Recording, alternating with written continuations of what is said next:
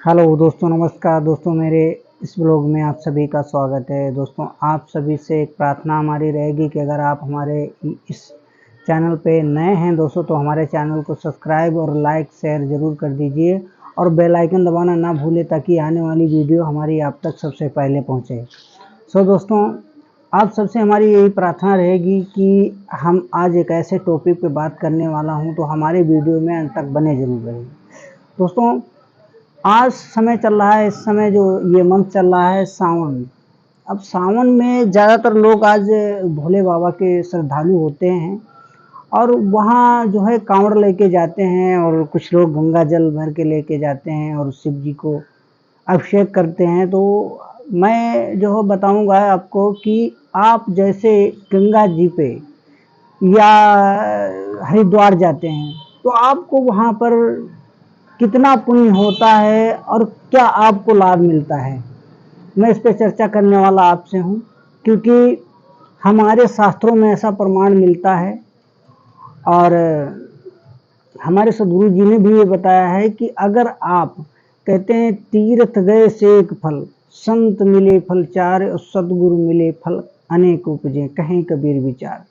तो कबीर परमात्मा ने की ये वाणी में सिद्ध होता है कि हम तीर्थ पे जाने से हमें एक फल की प्राप्ति होती है और उसके बाद में अगर हम संत कोई शरण में जाते हैं तो उससे हमें चार फलों की प्राप्ति होती है। उसके बाद में अगर मैं बात करूं, अगर हम जो है सदगुरु की शरण में जाते हैं, सदगुरु की शरण में जाने से हमें अनेकों फल की उत्पत्ति होती है। अब दोस्तों, सबसे इम्पोर्टेंट बात आती है ये कि अब हम तीर्थ पे जाते हैं और तीर्थ पे जाने, अब मान लीजिए वहाँ हम गए और इस सावन के महीने में इस समय इतने ज़्यादा जीव जंतु धरती पर सूक्ष्म रूप से में भी घूम रहे हैं और उनको मारना यानी हमारे जाने अनजाने में बहुत ज़्यादा पाप हो जाते हैं और पुण्य एक प्राप्ति होती है। और हम इस सावन के महीने में भोले जी को अभिषेक करने यानी जल और कांवड़ लेके जाते हैं। इसका क्या बेनिफिट है? बेनिफिट तो मान लीजिए अगर आप पैदल गए तो आपके पैरों के नीचे कितने जीव मर गए। और अब समझिए बात यहाँ पर यह समझ में आती है कि देखिए, एक पुण्य प्राप्ति करिए, लाखों की तादाद में हमने पाप कर दिए। अब बताओ, एक पुण्य के आगे यानी अब लाखों पाप किए हैं। अब उस मालिक के लिए चाहे चींटी मरे चाहे हाथी मरे, दुख एक जैसा होता है।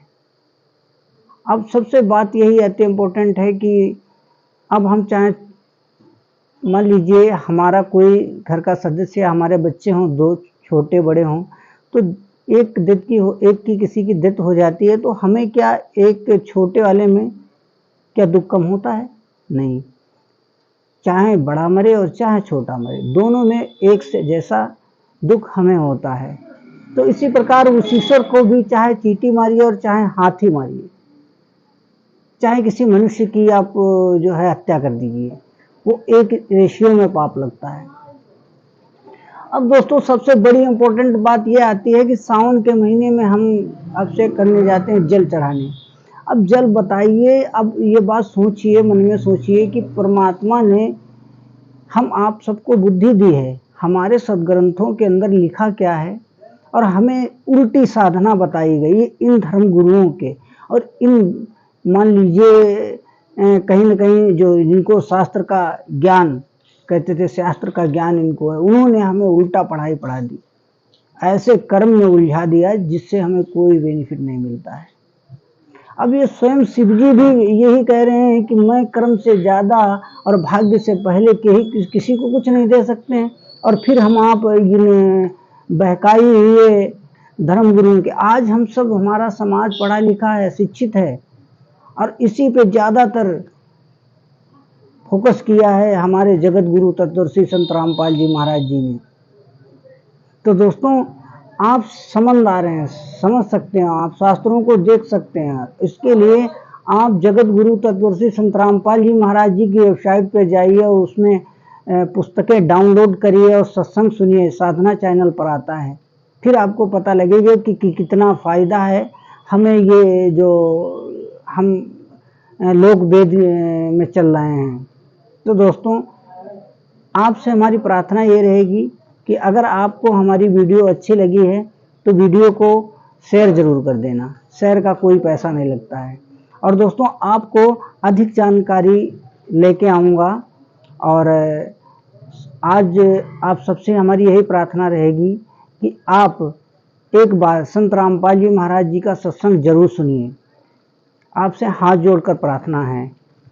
और दोस्तों, आप सभी का धन्यवाद।